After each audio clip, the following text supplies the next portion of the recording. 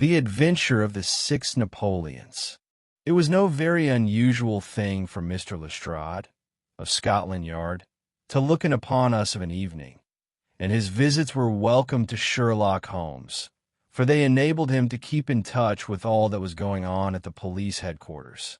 In return for the news which Lestrade would bring, Holmes was always ready to listen with attention to the details of any case upon which the detective was engaged, and was able occasionally, without any active interference, to give some hint or suggestion drawn from his own vast knowledge and experience. On this particular evening, Lestrade had spoken of the weather and the newspapers.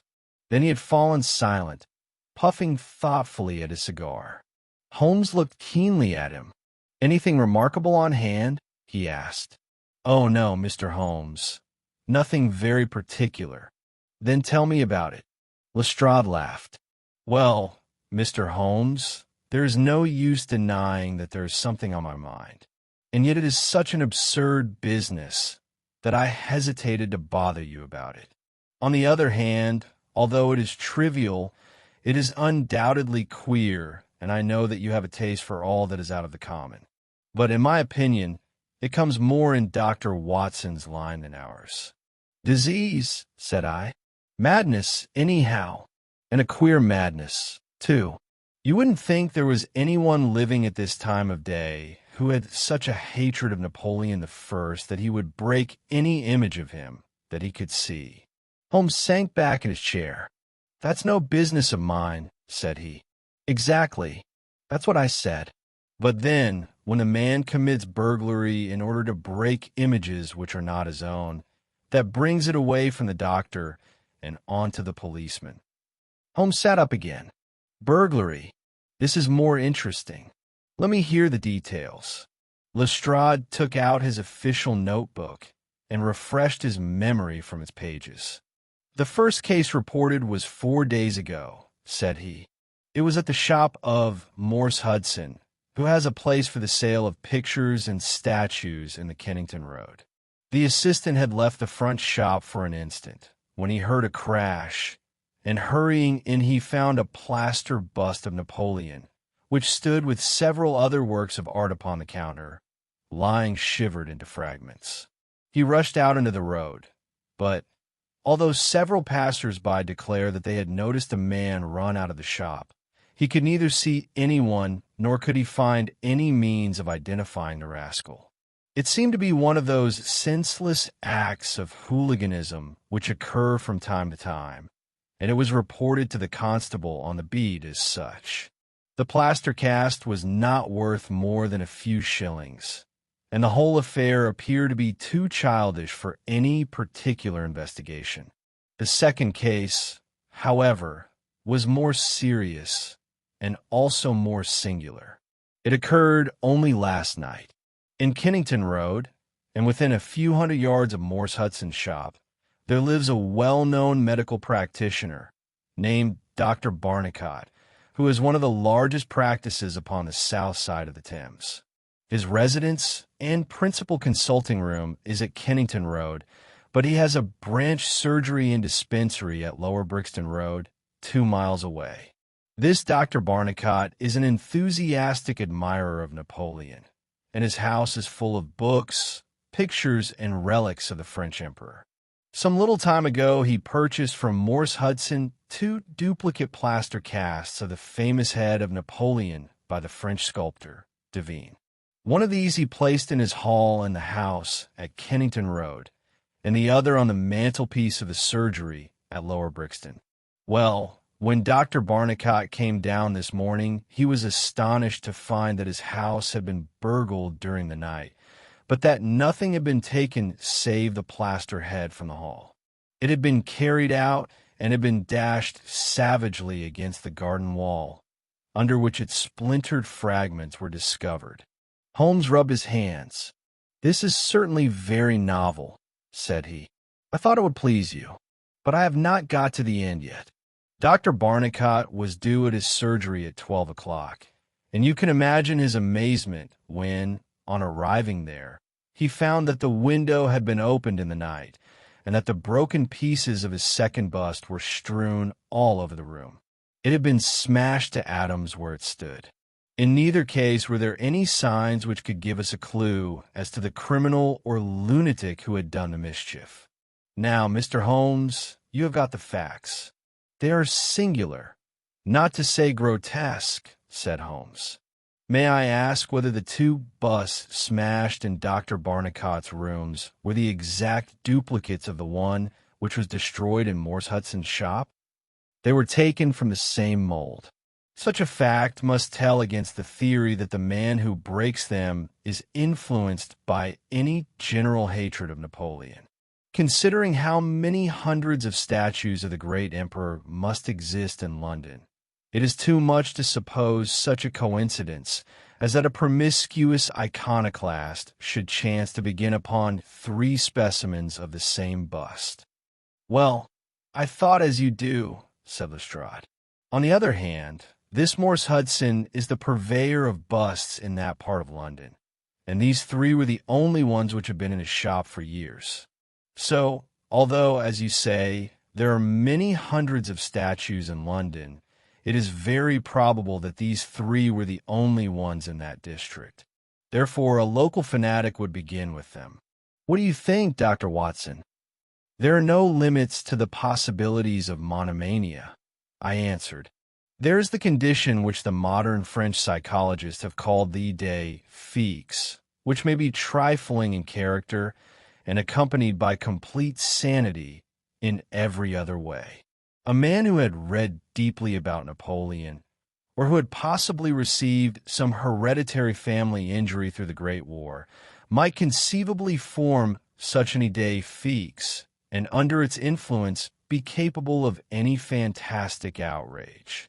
That won't do, my dear Watson, said Holmes, shaking his head. For no amount of idée fixe would enable your interesting monomaniac to find out where these busts were situated. Well, how do you explain it? I don't attempt to do so. I would only observe that there is a certain method in the gentleman's eccentric proceedings. For example, in Dr. Barnicott's hall, where a sound might arouse the family, the bust was taken outside before being broken, whereas in the surgery, where there was less danger of an alarm, it was smashed where it stood. The affair seems absurdly trifling, and yet I dare call nothing trivial when I reflect that some of my most classic cases have had the least promising commencement. You will remember, Watson, how the dreadful business of the Abernethy family was first brought to my notice by the depth which the parsley had sunk into the butter upon a hot day.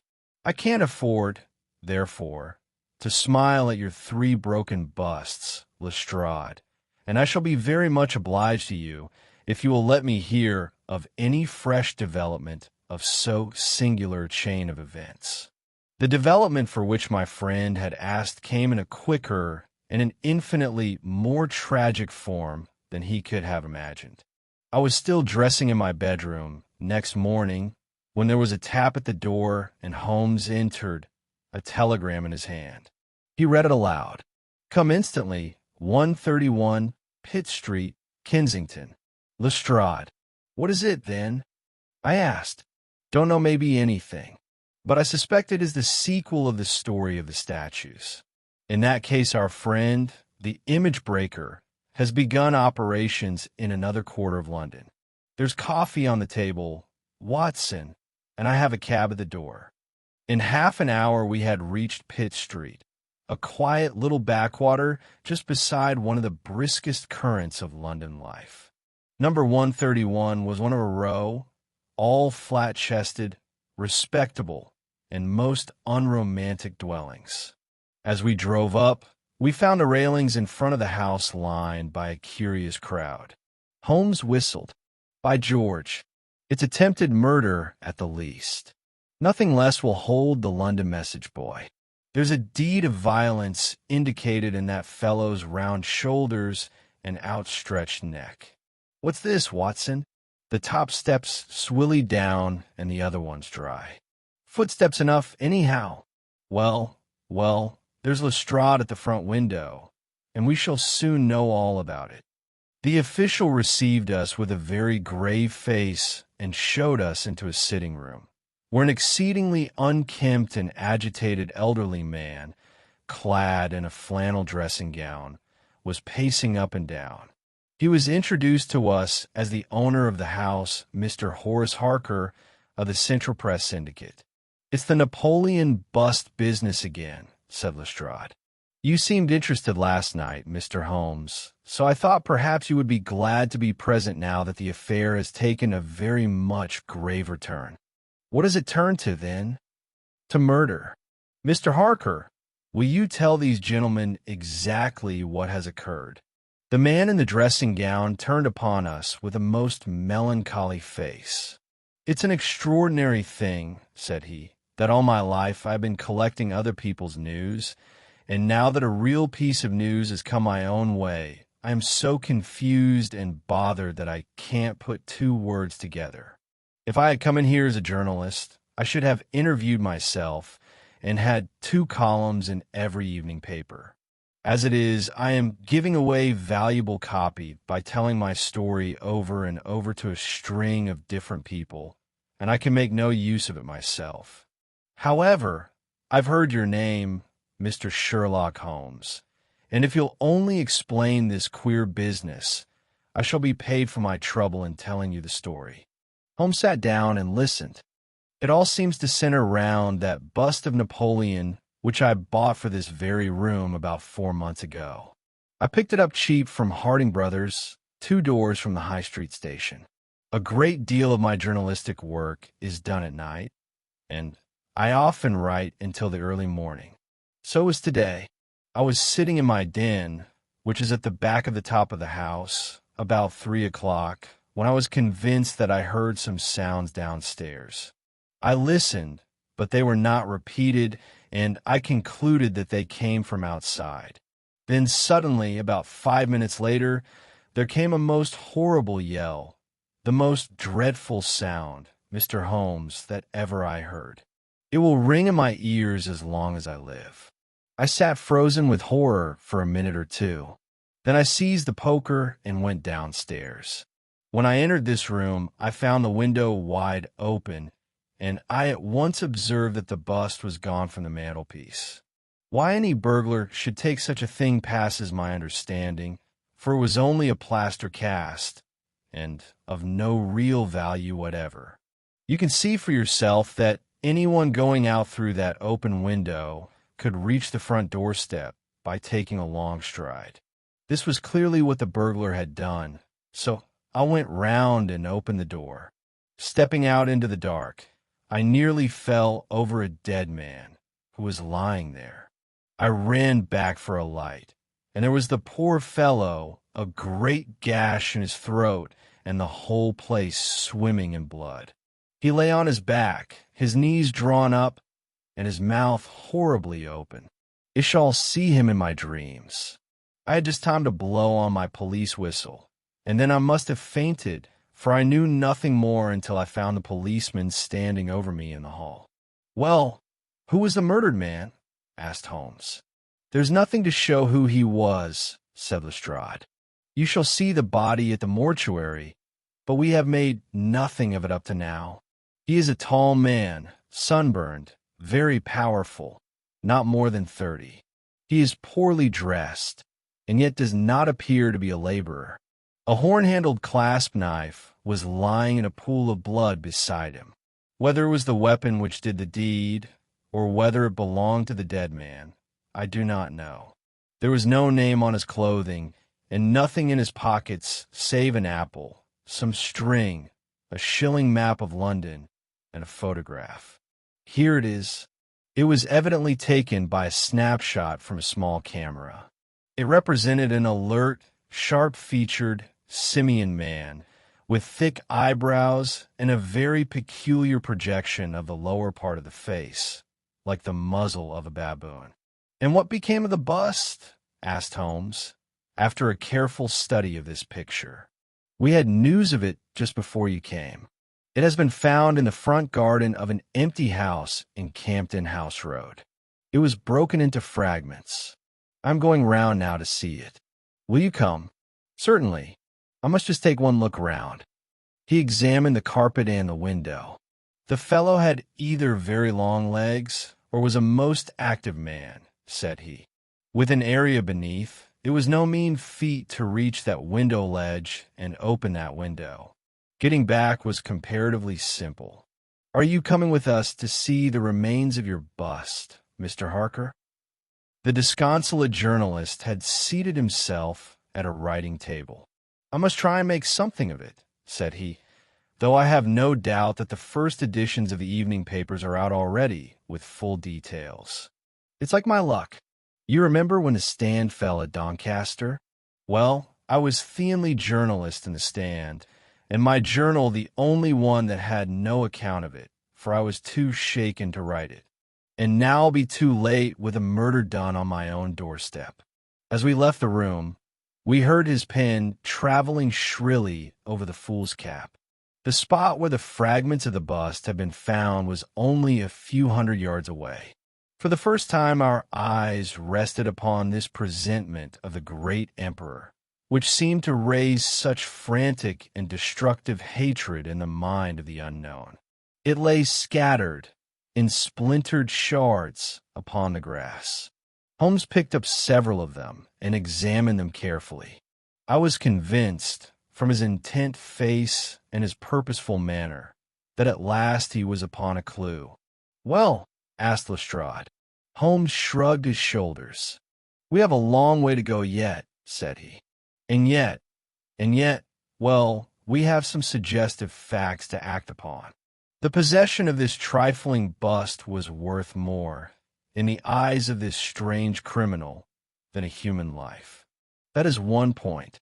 Then there is the singular fact that he did not break in the house, or immediately outside the house, if to break it was his sole object. He was rattled and bustled by meeting this other fellow. He hardly knew what he was doing. Well, that's likely enough. But I wish to call your attention very particularly to the position of this house in the garden of which the bust was destroyed. Lestrade looked about him. It was an empty house, and so he knew that he would not be disturbed in the garden. Yes, but there is another empty house farther up the street, which he must have passed before he came to this one. Why did he not break it there, since it is evident that every yard that he carried it increased the risk of someone meeting him? "I give it up," said Lestrade. Holmes pointed to the street lamp above our heads. He could see what he was doing here, and he could not there. That was his reason. "By Jove, that's true," said the detective. "Now that I come to think of it, Dr. Barnicott's bust was broken not far from his red lamp. Well, Mr. Holmes, what are we to do with that fact? To remember it, to docket it. We may come on something later which will bear upon it. What steps do you propose to take now, Lestrade?" "The most practical way of getting at it, in my opinion, is to identify the dead man. There should be no difficulty about that. When we have found who he is and who his associates are, we should have a good start in learning what he was doing in Pitt Street last night, and who it was who met him and killed him on the doorstep of Mr. Horace Harker. Don't you think so?" "No doubt. And yet it is not quite the way in which I should approach the case." "What would you do then?" "Oh, you must not let me influence you in any way. I suggest that you go on your line and I on mine. We can compare notes afterwards, and each will supplement the other." "Very good," said Lestrade. "If you're going back to Pitt Street, you might see Mr. Horace Harker. Tell him for me that I have quite made up my mind, and that it is certain that a dangerous homicidal lunatic with Napoleonic delusions was in his house last night. It will be useful for his article." Lestrade stared. "You don't seriously believe that?" Holmes smiled. "Don't I? Well, perhaps I don't. But I am sure that it will interest Mr. Horace Harker and the subscribers of the Central Press Syndicate. Now, Watson, I think that we shall find that we have a long and rather complex day's work before us. I should be glad, Lestrade, if you could make it convenient to meet us at Baker Street at 6 o'clock this evening. Until then, I should like to keep this photograph, found in the dead man's pocket.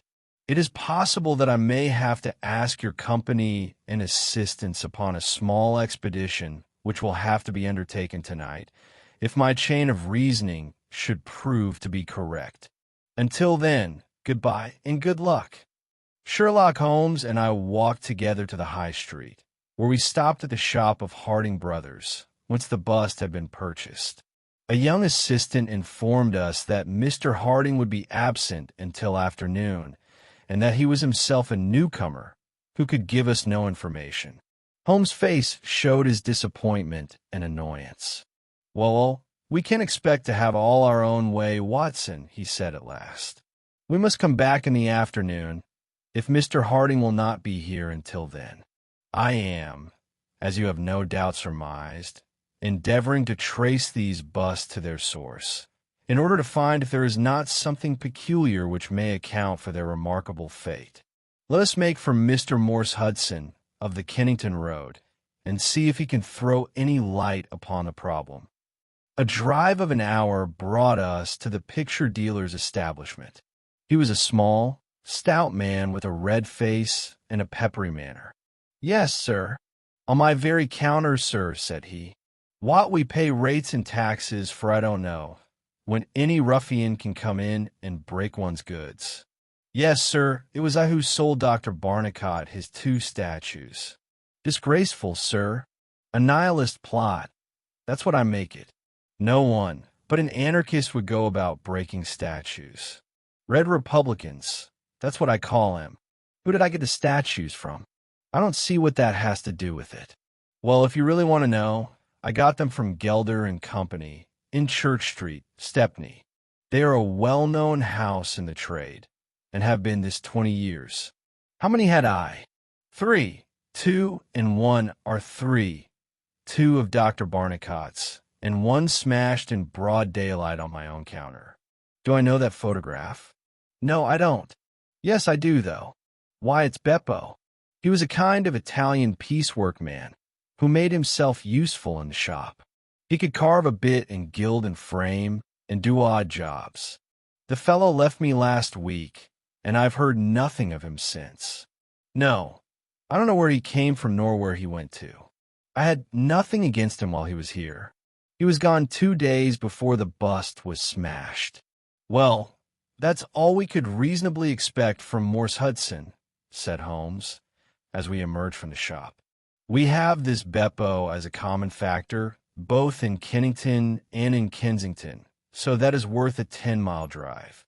Now, Watson, let us make for Gelder and Company, of Stepney, the source and origin of the busts. I shall be surprised if we don't get some help down there.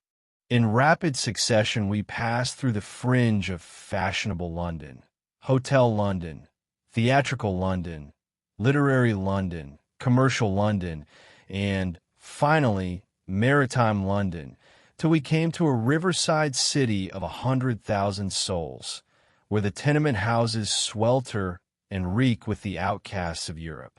Here, in a broad thoroughfare, once the abode of wealthy city merchants, we found the sculpture works for which we searched.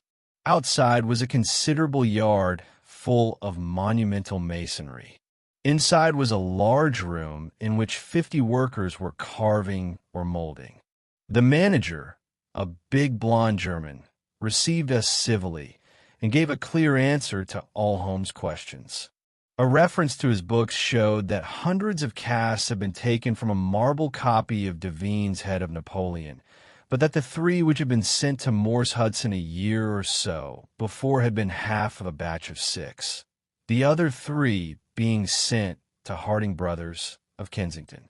There was no reason why those 6 should be different to any of the other casts. He could suggest no possible cause why anyone should wish to destroy them. In fact, he laughed at the idea. Their wholesale price was 6 shillings, but the retailer would get 12 or more. The cast was taken in 2 molds from each side of the face, and then these two profiles of plaster of Paris were joined together to make the complete bust. The work was usually done by Italians in the room we were in. When finished, the busts were put on a table in the passage to dry, and afterwards stored. That was all he could tell us. But the production of the photograph had a remarkable effect upon the manager. His face flushed with anger, and his brows knotted over his blue Teutonic eyes. "Ah, the rascal!" he cried. "Yes, indeed, I know him very well. This has always been a respectable establishment, and the only time that we have ever had the police in it was over this very fellow. It was more than a year ago now. He knifed another Italian in the street, and then he came to the works with the police on his heels, and he was taken here. Beppo was his name. His second name I never knew. Served me right for engaging a man with such a face. But he was a good workman, one of the best. What did he get? The man lived, and he got off of the year. I have no doubt he is out now, but he has not dared to show his nose here. We have a cousin of his here, and I dare say he could tell you where he is." "No, no," cried Holmes. "Not a word to the cousin, not a word. I beg of you. The matter is very important, and the farther I go with it, the more important it seems to grow. When you referred in your ledger to the sale of those casts, I observed that the date was June 3rd of last year. Could you give me the date when Beppo was arrested?" "I could tell you roughly by the pay list," the manager answered. "Yes," he continued, after some turning over of pages, "he was paid last on May 20th. "Thank you," said Holmes. "I don't think that I need intrude upon your time and patience any more." With a last word of caution that he should say nothing as to our researches, we turned our faces westward once more. The afternoon was far advanced before we were able to snatch a hasty luncheon at a restaurant.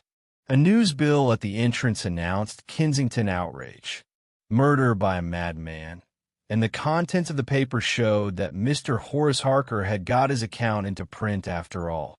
2 columns were occupied with a highly sensational and flowery rendering of the whole incident. Holmes propped it against the cruet stand and read it while he ate. Once or twice he chuckled. "This is all right, Watson," said he. "Listen to this.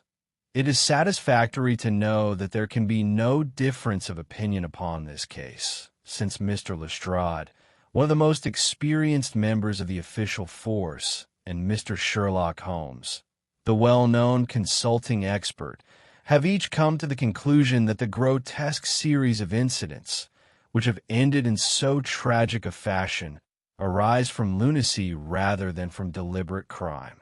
No explanation save mental aberration can cover the facts. The press, Watson, is a most valuable institution if you only know how to use it. And now, if you have quite finished, we will hark back to Kensington and see what the manager of Harding Brothers has to say on matter. The founder of that great emporium proved to be a brisk, crisp little person, very dapper and quick, with a clear head and a ready tongue. "Yes, sir, I've already read the account in the evening papers. Mr. Horace Harker is a customer of ours. We supplied him with the busts some months ago. We ordered 3 busts of that sort from Gelder and Company of Stepney. They're all sold now." "To whom?" "Oh, I dare say by consulting our sales book we could very easily tell you. Yes, we have the entries here. One to Mr. Harker, U.C., and one to Mr. Josiah Brown, of Laburnum Lodge, Laburnum Vale, Chiswick, and one to Mr. Sandiford of Lower Grove Road, Reading.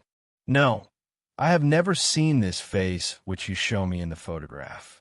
You would hardly forget it, would you, sir, for I've seldom seen an uglier. Have we any Italians on the staff?" "Yes, sir. We have several among our work people and cleaners. I dare say they might get a peep at that sales book if they wanted to. There is no particular reason for keeping a watch upon that book. Well, it's a very strange business, and I hope that you will let me know if anything comes of your inquiries. Mr. Holmes had taken several notes during Mr. Harding's evidence, and I could see that he was thoroughly satisfied by the turn which affairs were taking. He made no remark, however, save that, unless we hurried, we should be late for our appointment with Lestrade. Sure enough, when we reached Baker Street, the detective was already there, and we found him pacing up and down in a fever of impatience. His look of importance showed that his day's work had not been in vain. "Well," he asked, "what luck, Mr. Holmes? We have had a very busy day, and not entirely a wasted one," my friend explained. "We have seen both the retailers and also the wholesale manufacturers. I can trace each of the busts now from the beginning." "The busts!" cried Lestrade. Well, you have your own methods, Mr. Sherlock Holmes, and it is not for me to say a word against them, but I think I have done a better day's work than you. I have identified the dead man." "You don't say so?" "And found a cause for the crime." "Splendid. We have an inspector who makes a speciality of Saffron Hill and the Italian Quarter. Well, this dead man had some Catholic emblem round his neck, and that, along with his color, made me think he was from the South. Inspector Hill knew him the moment he caught sight of him. His name is Pietro Venucci, from Naples, and he is one of the greatest cutthroats in London. He is connected with the Mafia, which, as you know, is a secret political society enforcing its decrees by murder. Now, you see how the affair begins to clear up. The other fellow is probably an Italian also, and a member of the Mafia. He has broken the rules in some fashion. Pietro is set upon his track. Probably the photograph we found in his pocket is the man himself, so that he may not knife the wrong person. He dogs the fellow. He sees him enter a house. He waits outside for him, and in the scuffle he receives his own death wound. How is that, Mr. Sherlock Holmes?" Holmes clapped his hands approvingly. "Excellent, Lestrade, excellent," he cried. "But I didn't quite follow your explanation of the destruction of the busts." "The busts? You never can get those busts out of your head. After all, that is nothing. Petty larceny, 6 months at the most. It is the murder that we are really investigating, and I tell you that I am gathering all the threads into my hands. And the next stage is a very simple one. I shall go down with Hill to the Italian Quarter, find the man whose photograph we have got, and arrest him on the charge of murder. Will you come with us?" "I think not. I fancy we can attain our end in a simpler way. I can't say for certain, because it all depends upon a factor which is completely outside our control. But I have great hopes. In fact, the betting is exactly 2-1 that if you will come with us tonight, I shall be able to help you to lay him by the heels." "In the Italian Quarter?" "No. I fancy Chiswick is an address which is more likely to find him. If you will come with me to Chiswick tonight, Lestrade, I'll promise to go to the Italian Quarter with you tomorrow, and no harm will be done by the delay. And now I think that a few hours' sleep would do us all good, for I do not propose to leave before 11 o'clock, and it is unlikely that we shall be back before morning. You'll dine with us, Lestrade, and then you are welcome to the sofa until it is time for us to start. In the meantime, Watson, I should be glad if you would ring for an express messenger, for I have a letter to send, and it is important that it should go at once." Holmes spent the evening in rummaging among the files of the old daily papers with which one of our lumber rooms was packed. When at last the descended, it was with triumph in his eyes, but he said nothing to either of us as to the result of his researches.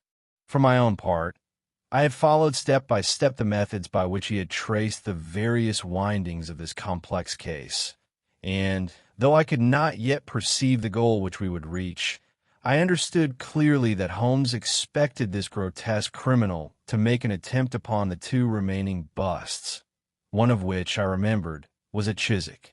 No doubt the object of our journey was to catch him in the very act, and I could not but admire the cunning with which my friend had inserted a wrong clue in the evening paper, so as to give the fellow the idea that he could continue his scheme with impunity. I was not surprised when Holmes suggested that I should take my revolver with me. He had himself picked up the loaded hunting crop, which was his favorite weapon. A four-wheeler was at the door at 11, and in it we drove to a spot at the other side of Hammersmith Bridge. Here the cabman was directed to wait. A short walk brought us to a secluded road fringed with pleasant houses, each standing in its own grounds. In the light of a street lamp, we read Laburnum Villa upon the gate-post of one of them. The occupants had evidently retired to rest, for all was dark save for a fanlight over the hall door, which shed a single blurred circle onto the garden path. The wooden fence which separated the grounds from the road threw a dense black shadow upon the inner side, and here it was that we crouched. "I fear that you'll have a long wait," Holmes whispered. "We may thank our stars that it is not raining. I don't think we can even venture to smoke to pass the time. However, it's a 2-to-1 chance that we get something to pay us for our trouble." It proved, however, that our vigil was not to be so long as Holmes had led us to fear, and it ended in a very sudden and singular fashion. In an instant, without the least sound to warn us of his coming, the garden gate swung open, and a lithe, dark figure, as swift and active as an ape, rushed up the garden path.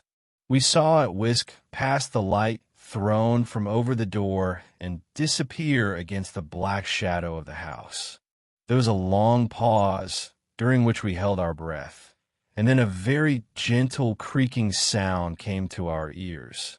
The window was being opened. The noise ceased, and again there was a long silence. The fellow was making his way into the house. We saw the sudden flash of a dark lantern inside the room. What he sought was evidently not there, for again we saw the flash through another blind, and then through another. "Let us get to the open window. We will nab him as he climbs out," Lestrade whispered. But before we could move, the man had emerged again.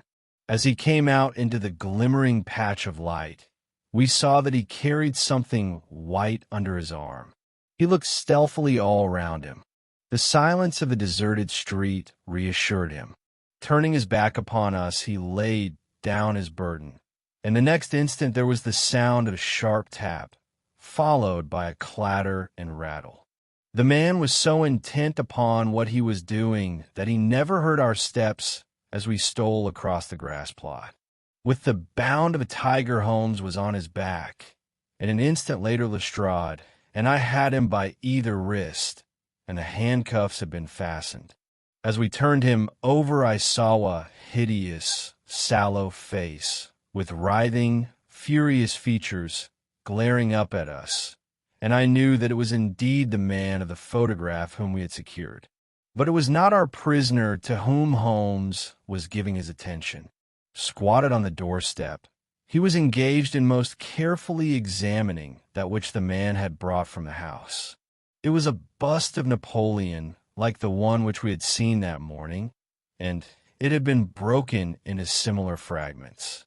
Carefully Holmes held each separate shard to the light, but in no way did it differ from any other shattered piece of plaster.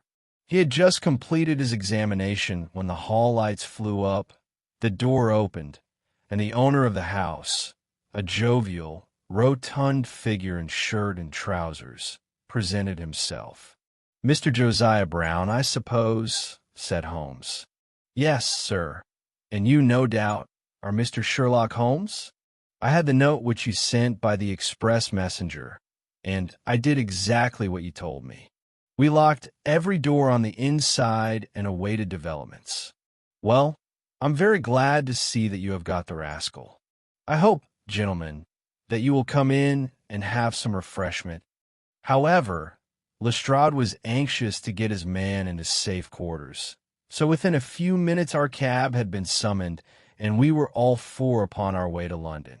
Not a word would our captive say, but he glared at us from the shadow of his matted hair, and once, when my hand seemed within his reach, he snapped at it like a hungry wolf.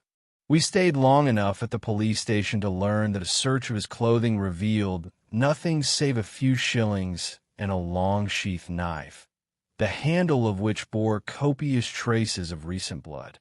"That's all right," said Lestrade, as we parted. "Hill knows all these gentry, and he will give a name to him.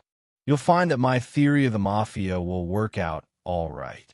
But I'm sure I am exceedingly obliged to you, Mr. Holmes, for the workmanlike way in which you laid hands upon him. I don't quite understand it all yet. I fear it is rather too late an hour for explanations," said Holmes. "Besides, there are one or two details which are not finished off, and it is one of those cases which are worth working out to the very end. If you will come round once more to my rooms at 6 o'clock tomorrow, I think I shall be able to show you that even now you have not grasped the entire meaning of this business, which presents some features which make it absolutely original in the history of crime. If ever I permit you to chronicle any more of my little problems, Watson, I foresee that you will enliven your pages by an account of the singular adventure of the Napoleonic busts." When we met again next evening, Lestrade was furnished with much information concerning our prisoner. His name, it appeared, was Beppo, second name unknown. He was a well-known ne'er-do-well among the Italian colony. He had once been a skillful sculptor and had earned an honest living, but he had taken to evil courses and had twice already been in jail, once for a petty theft and once, as we had already heard, for stabbing a fellow countryman. He could talk English perfectly well. His reasons for destroying the busts were still unknown, and he refused to answer any questions upon the subject, but the police had discovered that these same busts might very well have been made by his own hands, since he was engaged in this class of work at the establishment of Gelder and Company. To all this information, much of which we already knew, Holmes listened with polite attention, but I, who knew him so well, could clearly see that his thoughts were elsewhere, and I detected a mixture of mingled uneasiness and expectation beneath that mask which he was wont to assume. At last he started in his chair, and his eyes brightened. There had been a ring at the bell. A minute later we heard steps upon the stairs, and an elderly, red-faced man with grizzled side whiskers was ushered in. In his right hand he carried an old-fashioned carpet bag, which he placed upon the table. "Is Mr. Sherlock Holmes here?" My friend bowed and smiled. "Mr. Sandiford, of Reading, I suppose," said he. "Yes, sir. I fear that I am a little late, but the trains were awkward. You wrote to me about a bust that is in my possession." "Exactly. I have your letter here.